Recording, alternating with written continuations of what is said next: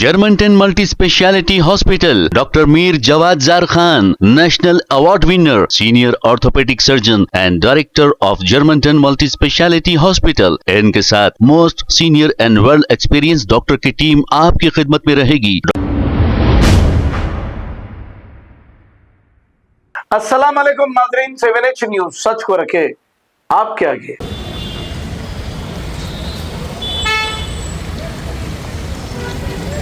ये one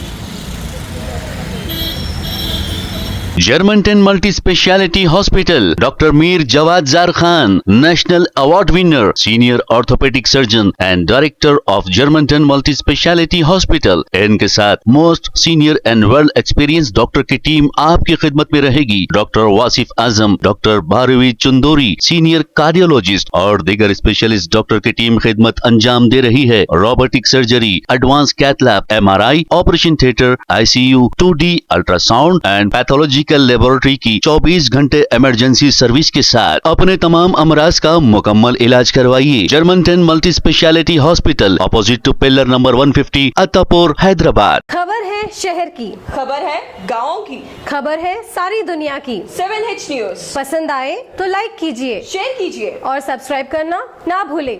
7H news.